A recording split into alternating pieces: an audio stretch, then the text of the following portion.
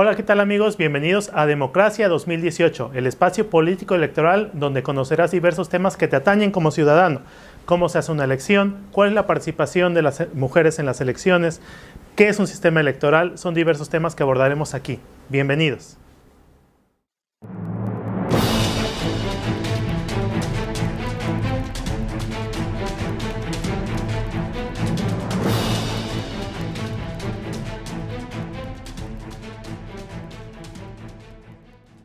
Hola, ¿qué tal amigos? Bienvenidos a Democracia 2018, el espacio político electoral donde podrás conocer todos los derechos que atañen a tu ciudadanía.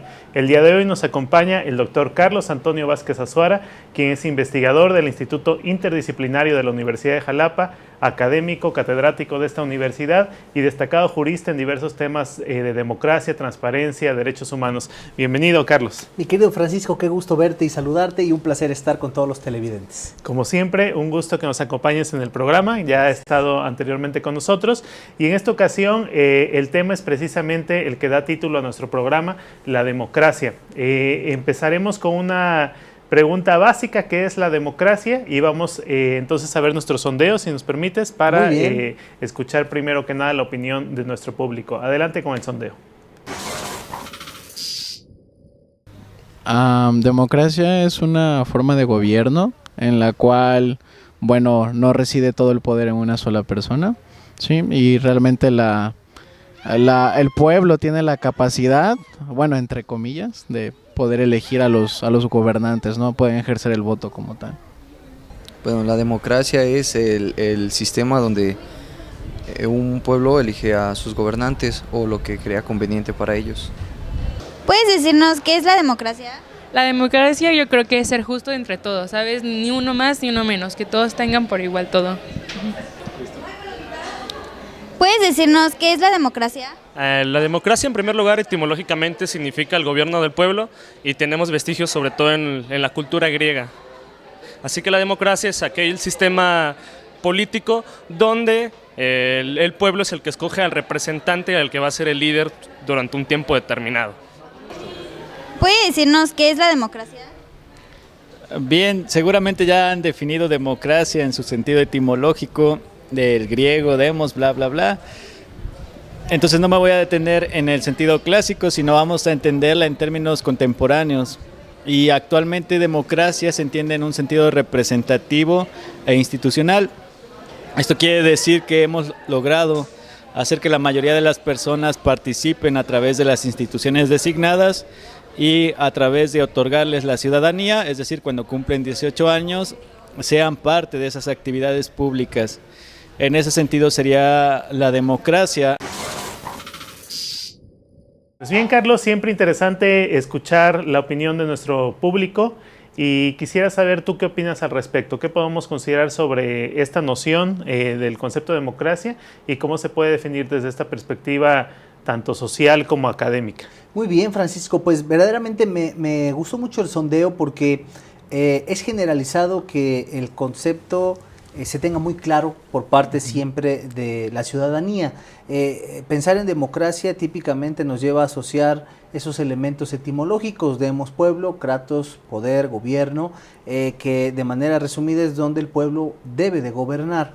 Y bueno, es una percepción muy clara que se tiene al respecto y definiciones, hay muchas definiciones de este sistema de gobierno y de esta forma de gobierno que impera en nuestro país, pero típicamente se centra en la posibilidad de desconcentrar el ejercicio del poder en un solo mando y depositarlo en diversos entes donde típicamente es el pueblo, la ciudadanía, es el elemento humano quien decide quiénes llegan a esos cargos en un sistema de contrapesos. La democracia típicamente es una oposición al sistema dictatorial, las dictaduras, donde el poder se deposita en una sola persona, es la que comanda y sin tomar en cuenta la voluntad popular puede dirigir los destinos de los gobernados. Okay. Permea mucho en la ciudadanía este concepto que estuvo por mucho tiempo presente en los comerciales de del Instituto Nacional Electoral, ¿no? Demos, Kratos, Demos y Kratos, ¿no? El poder del pueblo. Pero bueno, como bien decías, se puede profundizar mucho más allá en el concepto de democracia y aterrizarlo más a circunstancias actuales, ¿no? Sobre todo desde una visión muy reduccionista. A veces pensamos, es nada más, pues entonces mi ejercicio del poder a través del voto, delegarlo a un representante y hasta ahí está mi participación en la democracia. Hoy en día se habla mucho de la relación de la democracia con los derechos humanos, por ejemplo, ¿no? Como una forma de vida incluso, donde hay un respeto pleno a los derechos humanos. Una sociedad democrática es tanto más se respetan los derechos humanos, más democrática, ¿no? ¿Cuáles son entonces algunos otros elementos, ¿no? que podemos considerar al evaluar o al considerar que existe democracia en un país? Espléndida pregunta, Francisco, y me sumo a lo que has comentado. Asociar la democracia solo con el sufragio, la emisión del voto, sería prácticamente reducir un concepto proteccionista a una mínima escala.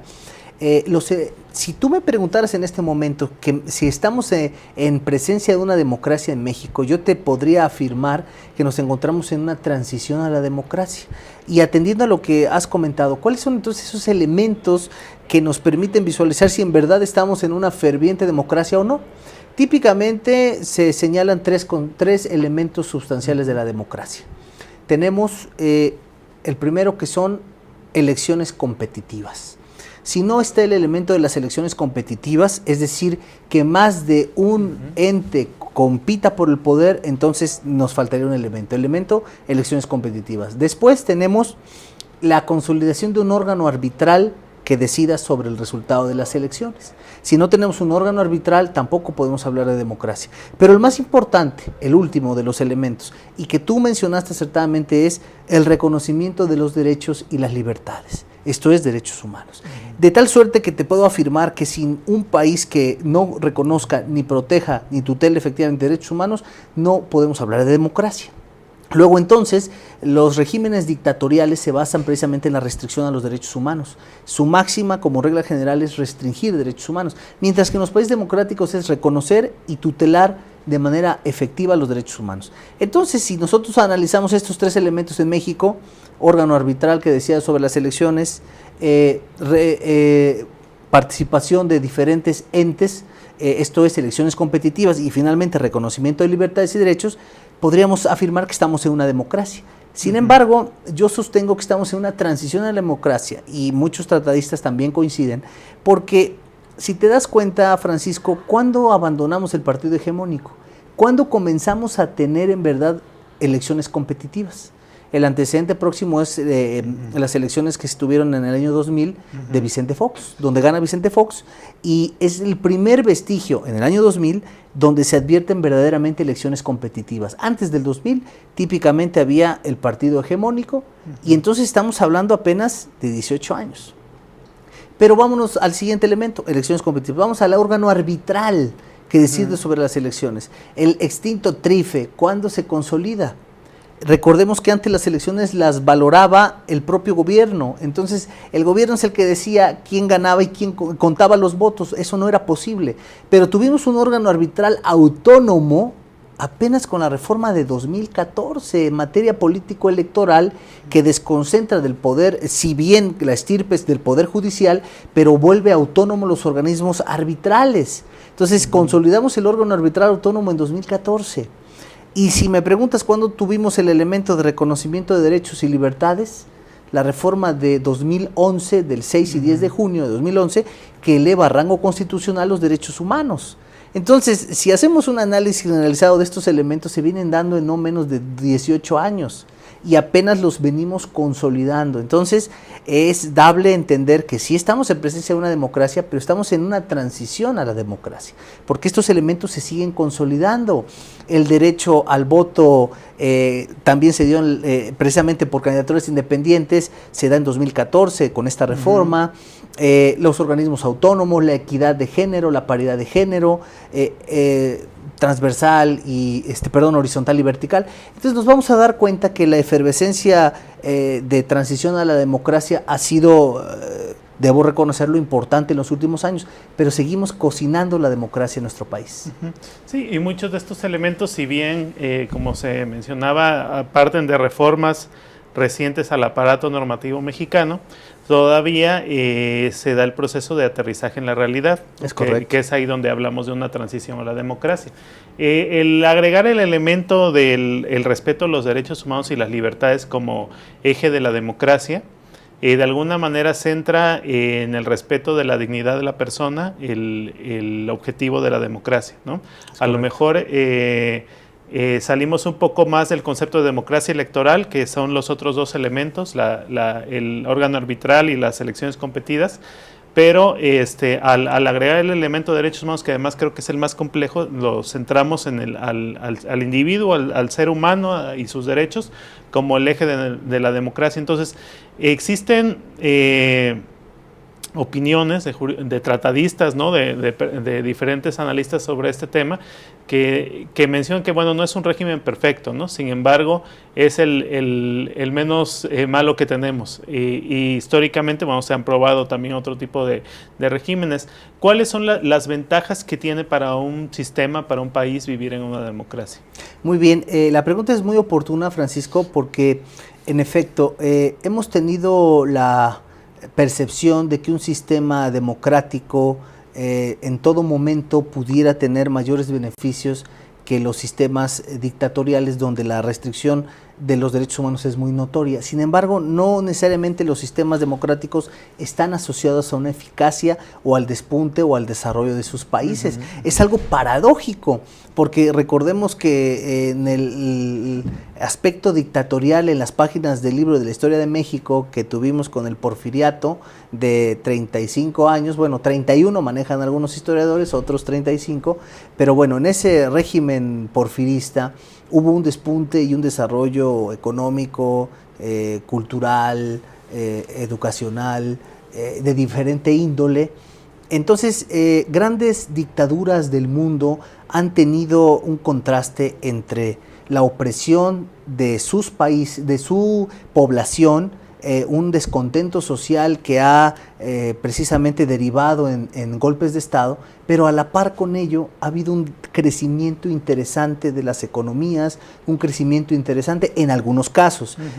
Por ejemplo, si nos vamos a casos recientes como el caso de Venezuela, lamentablemente ahí advertimos un régimen dictatorial que se trata de disfrazar de democracia y donde prácticamente la economía está colapsada y el descontento social ha derivado en un éxodo masivo de sus integrantes. Pero nos vamos a casos de la historia universal y podemos comenzar incluso con Adolfo Hitler en Alemania, con su nacionalsocialismo y ese holocausto judío, que a la par con ello fue uno de los despuntes tecnológicos y económicos impresionantes para la época.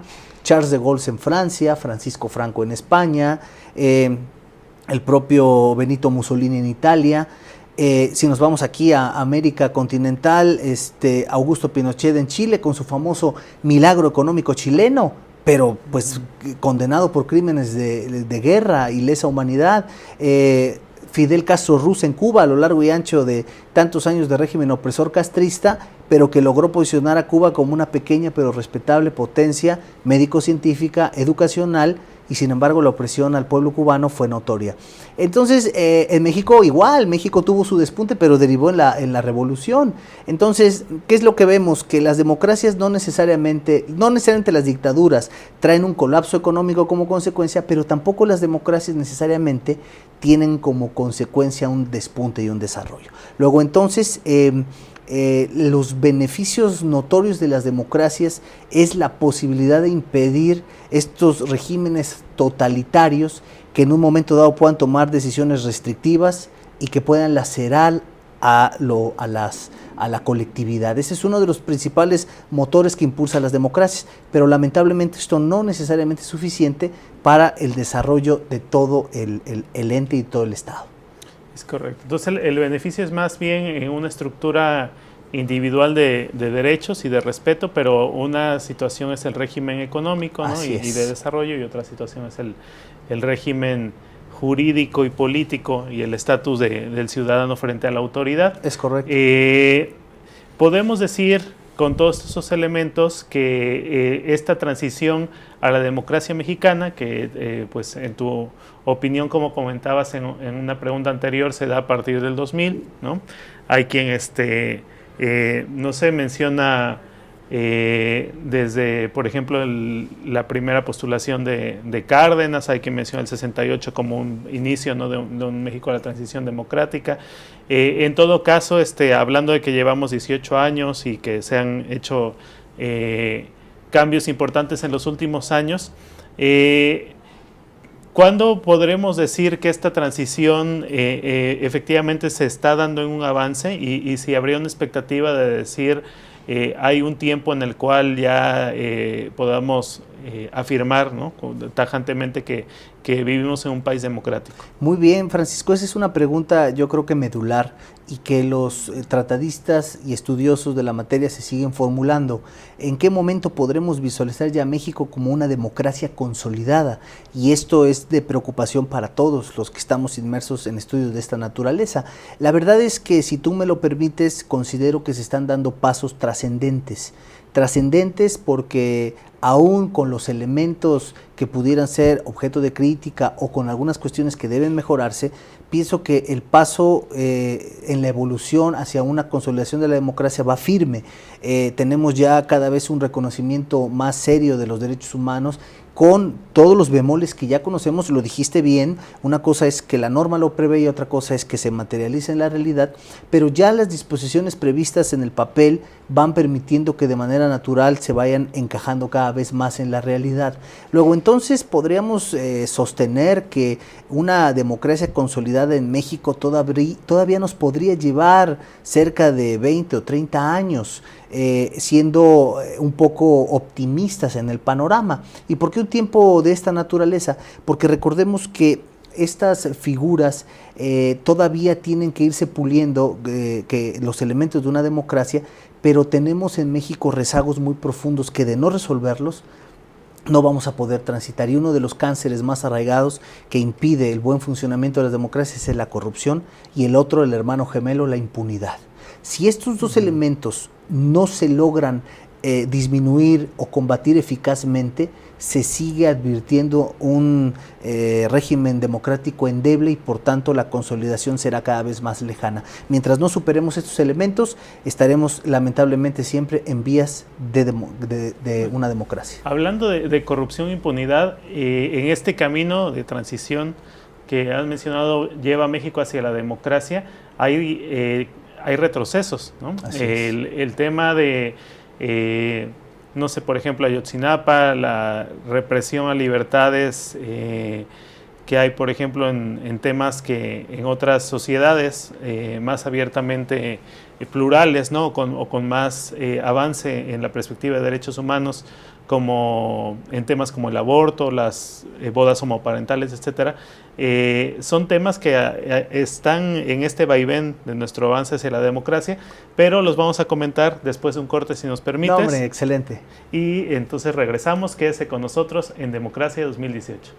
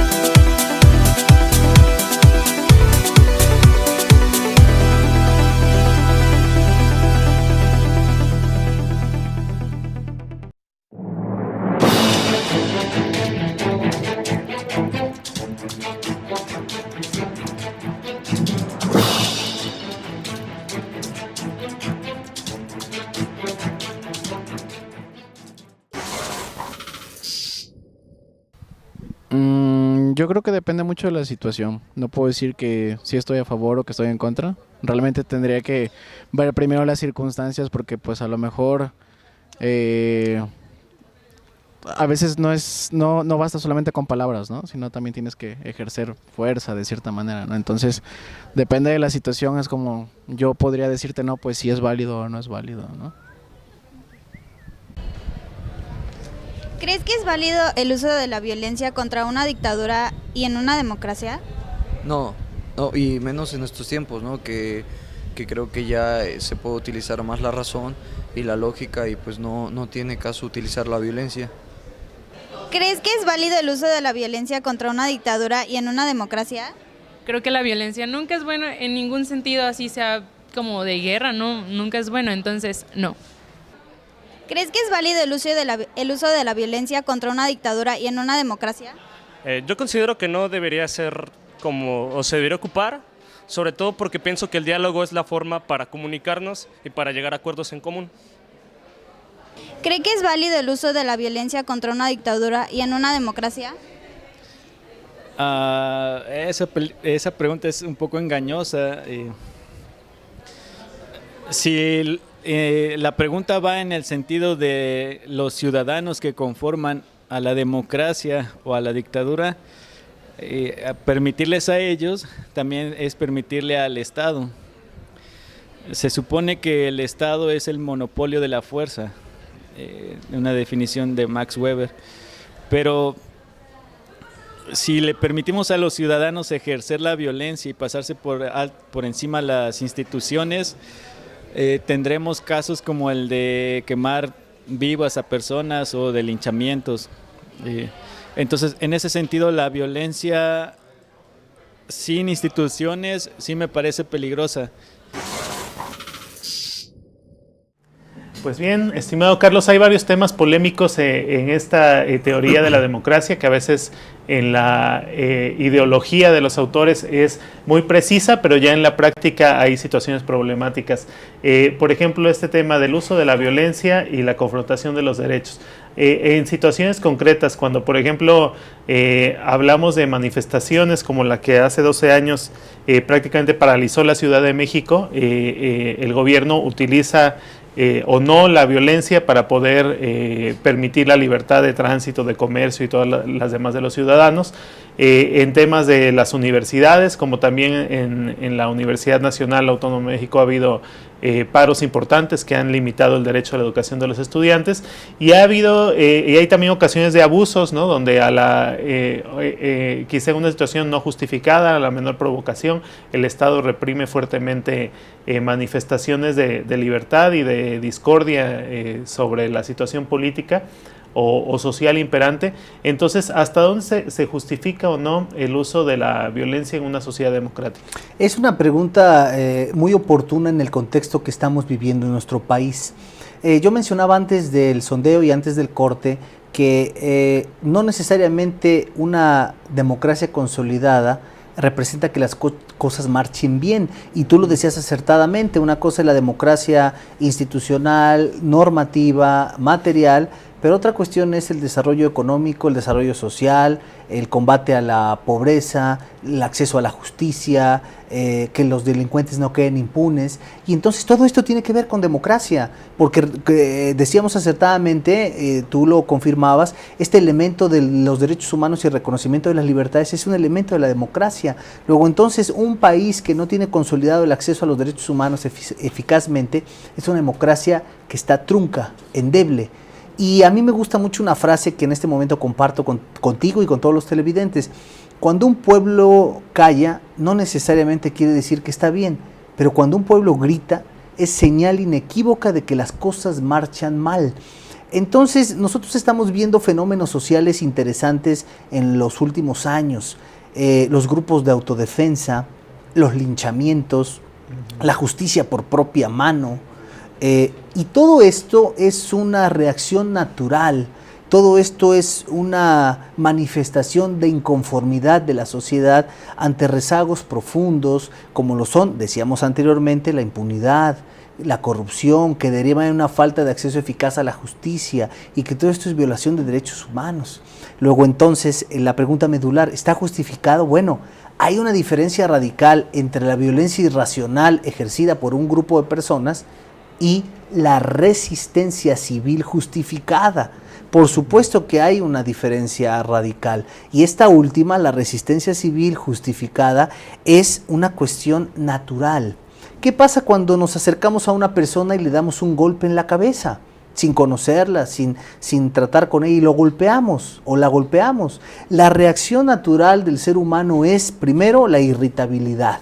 Primero, reaccionar ante ese acto de agresión, y segundo, repelerlo o incluso devolverlo. Esto opera para animales, seres humanos, la vida en general tiene esa capacidad de irritabilidad. Todos los que somos vulnerados de alguna manera tenemos derecho a reaccionar. Por eso surge el concepto de legítima defensa, repeler una agresión inminente, notoria, grave, que nos perjudique. Luego entonces, si este razonamiento lo llevamos al plano social, es evidente que si el Estado no me provee de necesidades básicas, permite que otros grupos de poder acaben conmigo, mi familia o mis derechos, y no está generando acciones concretas para cumplir con sus objetivos, la ciudadanía tiene que reaccionar. Y lamentablemente lo ideal es la reacción a través del consenso pacífico, eso es el ideal, pero a veces lamentablemente el diálogo y el consenso no permiten llegar a resultados, y entonces surge esta resistencia civil justificada, que lamentablemente en muchos de los casos tiene que traer consigo actos de violencia. Las revoluciones son procesos para lograr desprenderse de regímenes dictatoriales que acaban precisamente con los intereses sociales, pero lamentablemente siempre la violencia engendra más violencia. No es lo ideal, pero lamentablemente en muchos de los casos la resistencia civil que involucra violencia en muchos de los casos está justificada, porque no hay otra manera de poder lograr erradicar ese presidio o esa violación a los intereses que mediante actos que repelan de la misma manera las agresiones del Estado. Y recordemos que el Estado tiene las armas, tiene el ejército, y la ciudadanía no tiene esa formación. Entonces, a resumidas cuentas, en respuesta expresa, la resistencia civil justificada con violencia indudablemente es un parámetro natural de reacción y hasta incluso razonable.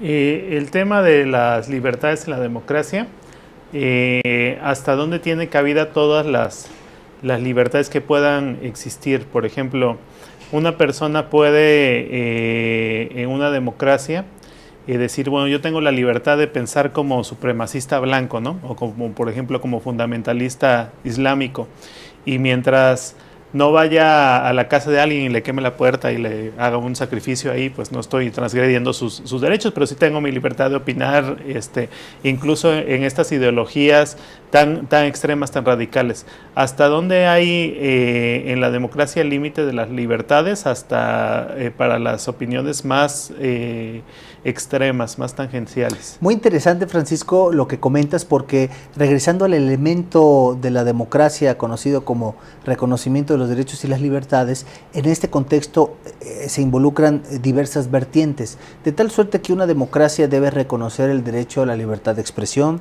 debe reconocer, proteger y garantizar la libertad de convicciones éticas, religiosas, de culto, de pensamiento. Entonces, si bien es cierto, advertimos que en la sociedad hay muchos puntos de encuentro con relación a la discrepancia de ideologías políticas, religiosas, sociales, personales, éticas, no menos cierto es que mientras no se rebasen los límites de los derechos humanos, no hay ningún problema o alguna anomalía. Y me decían, cuando yo comentaba esto en alguna ocasión en una conferencia, me decían, oiga, pero es que los derechos humanos no se pueden limitar. Le digo, tienen ustedes razón, el Estado no puede limitar los derechos humanos. Los derechos humanos por sí mismos traen un límite ya aparejado, que es, el límite de todo derecho humano es la no transgresión del derecho humano de terceros. Entonces, mientras una persona tiene derecho a marchar para hacer uso de su libre derecho a la libertad de reunión, de asociación y de expresión, pero mientras no me bloquea a mí mi libertad de tránsito, porque cuando su libertad de expresión bloquea mi libertad de tránsito, entonces está él causándome una afectación, y ahí sí tiene que intervenir el Estado. Cuando nosotros pretendemos generar una libertad de culto, muy bien, no tenemos Algunas religiones no son empáticas con los matrimonios igualitarios, con la ampliación de las causales para la interrupción legal del embarazo. Está bien, pueden pensar lo que deseen, libertad de convicciones éticas y religiosas, pero en el momento en que eso lo materializan en actos de discriminación y agresión, entonces ya están vulnerando los límites de estos derechos humanos y entonces sí causando una afectación y el Estado tiene que actuar. Entonces debe ser un equilibrio moderado en el uso de racional y evidentemente goce de nuestros derechos sin lesionar el de terceros. Okay. Y se dice también que la democracia es una dictadura de mayorías y en estos temas que hablabas precisamente al final en legislaturas pues se han abordado, ¿no? Y la incidencia de grupos conservadores, de grupos religiosos, han empujado o han más bien detenido las reformas que desde una perspectiva de derechos humanos, desde una perspectiva internacional, incluso desde una perspectiva jurisdiccional, ya son temas totalmente claros en su definición, ¿no? En estos dos específicamente, el tema del aborto por libre decisión y el tema de la unión de parejas del mismo sexo. Sin embargo, ahí la mayoría representada en los congresos de diversas entidades federativas de nuestro país, pues han limitado el derecho de estas minorías, ¿no? Entonces, pues qué tan válido es que en una democracia las mayorías se opongan o de alguna manera limiten por una decisión así mayoriteada, ¿no? Los derechos de grupos minoritarios. De hecho, Francisco, el Estado está consciente que los derechos de las minorías no pueden someterse a la voluntad de las mayorías, porque por eso son minorías. Si en la época de la esclavitud le hubiéramos preguntado a la gente si querían abolir la esclavitud, la mayoría hubiera dicho que no, porque ¿quién le iba a lustrar los zapatos? ¿Quién iba a morir a golpes a mano del patrón o del amo? ¿Quién iba a limpiar las caballerizas llenas de estiércol mientras los caballerangos comían grandes platillos en sus casas? Nadie iba a quererse desprender de una persona a su servicio sin ningún respeto de derechos. Pero por eso, y las grandes páginas del libro de la historia universal nos lo indican, los derechos de las minorías no se pueden someter a voluntad de las mayorías porque llevan ya de suyo una notoria desventaja. Luego entonces, si los grupos minoritarios vulnerables, porque no todos los grupos minoritarios son vulnerables, hay grupos minoritarios que tienen respetados sus derechos, pero si los grupos minoritarios vulnerables evidentemente se someten sus derechos a decisión de la colectividad, de las mayorías, entonces hay un sesgo. Por eso el Estado tiene que ser, en una democracia, como lo estamos ya en esta transición, debe ser cuidadoso en preservar los derechos de las minorías y de los grupos vulnerables. Luego entonces no se puede supeditar a consenso nacional si debe o no aceptarse el matrimonio igualitario, porque lamentablemente bajo una idiosincrasia aún conservadora que impera en el país, típicamente dirán que no. Entonces esto tiene que ser un análisis más profundo de derechos humanos y, como bien lo has comentado, bajo una óptica de la visión internacional y bajo estándares que ya probadamente nos revelan que indudablemente el matrimonio igualitario es una cuestión de igualdad y no discriminación. Bueno, y bajo esta óptica, para finalizar, ¿qué opinas de que el gobierno entrante va a someter todos los temas a consulta pública, ¿no? Bueno, qué interesante. Pues precisamente, ¿no? Hay temas en los cuales se tiene que tomar una decisión que quizá no es la democrática o la popular, incluso tú lo has comentado, ¿no? En la Corte Interamericana se han echado abajo plebiscitos porque eran contrarios a derechos humanos. Así es. Y bueno, también hay una delegación del poder, un sistema de representatividad en la cual la función ejecutiva es precisamente tomar esas decisiones, ¿no? para beneficio del país. Entonces, ¿cuál es la ventaja o la operatividad para un gobierno en el cual ya se delegó una representatividad de estar sometiendo constantemente temas a consulta? ¿Es algo favorable, abona a la democracia o no? Bueno, abona a la democracia indudablemente, pero bajo dos bemoles muy importantes. Ya el propio Estado, ya la propia administración entrante ha dicho que no va a someter todo a consenso, pero esto a raíz de que precisamente las redes sociales empezaron a emitir memes que además daban mucha risa. Decía una persona, ya me puse a estudiar sobre técnica, dinámica, ingeniería, para poder emitir mi razonamiento respecto de la construcción del nuevo aeropuerto, porque yo no sé nada del nuevo aeropuerto, pero bueno, me van a consultar y yo quiero estar preparado. Era una forma de burlarse porque hay decisiones que no... Debemos recordar que el consenso popular, que sí es un elemento de las democracias, el plebiscito, el referéndum, este consenso popular es elemento de las democracias, pero debe de dividirse, o sea, así la doctrina lo revela, en el consenso popular y el consenso especializado. Luego, entonces, si vas a tomar una decisión de trascendencia vital en la economía del país, el consenso tendrá que ser entre el grupo de expertos que puedan emitir la opinión más favorable para la colectividad. No le podemos preguntar por ejemplo, al ingeniero hidráulico, no le podemos preguntar al chef, no le podemos preguntar al deportista, porque sus áreas de especialidad son distintas a la economía y sus puntos de vista no serán especializados. Entonces, los consensos populares son elemento de democracia, pero estos se dividen en populares y especializados, y estos últimos son los que debe cuidar el Estado. ¿Cuál ha sido el talón de Aquiles de los últimos gobiernos? Que ni el consenso popular ni el consenso especializado lo hacen a través de un grupo minúsculo de aparentes expertos sobre los que descansan decisiones que son de interés colectivo, y por eso muchas de las decisiones han tenido consecuencias muy poco favorables para la nación. Si en el momento en que el Estado entienda que los consensos van divididos en especializados y populares, y que las decisiones del país deben contemplar, sobre todo, y lo digo no porque yo sea académico, deben contemplar a la academia, que somos los que nos dedicamos a taladrar conocimiento o estarnos profesionalizando en ello. En ese momento podremos estar propiciando un cambio benéfico para la colectividad. Concluyendo la respuesta, sí es necesario, solamente que bajo esta óptica de consenso especializado y consenso popular. Muy bien, Carlos, pues muy interesantes sus respuestas, sin duda enriquecerán la cultura de nuestro auditorio en torno a este tema de la democracia, y nos invitarán a seguir participando a través de las instituciones y las oportunidades que nos brindan estas herramientas jurídicas para abonar al desarrollo de México, ¿no? Finalmente, como bien decías, no está aparejado la democracia y el desarrollo, pero en la medida en que sí haya más participación, por lo menos habrá un mayor estado de bienestar de los ciudadanos. Es correcto, y un mayor respeto a sus derechos. Muchas gracias por tu participación, querido Carlos. Ha sido un verdadero honor como siempre, Francisco, y un gusto Esperemos saludarte. No sea la última ocasión. No, hombre, un honor como siempre cuando me invitan. Un saludo a nuestro productor Edgar. Un saludo a nuestro amigo Edgar, que creo que estaba de vacaciones, pero ya regresó. No, siempre está aquí al pie del cañón. Muy bien, y nosotros nos vemos aquí el próximo viernes. Muchas gracias. Esto fue Democracia 2018.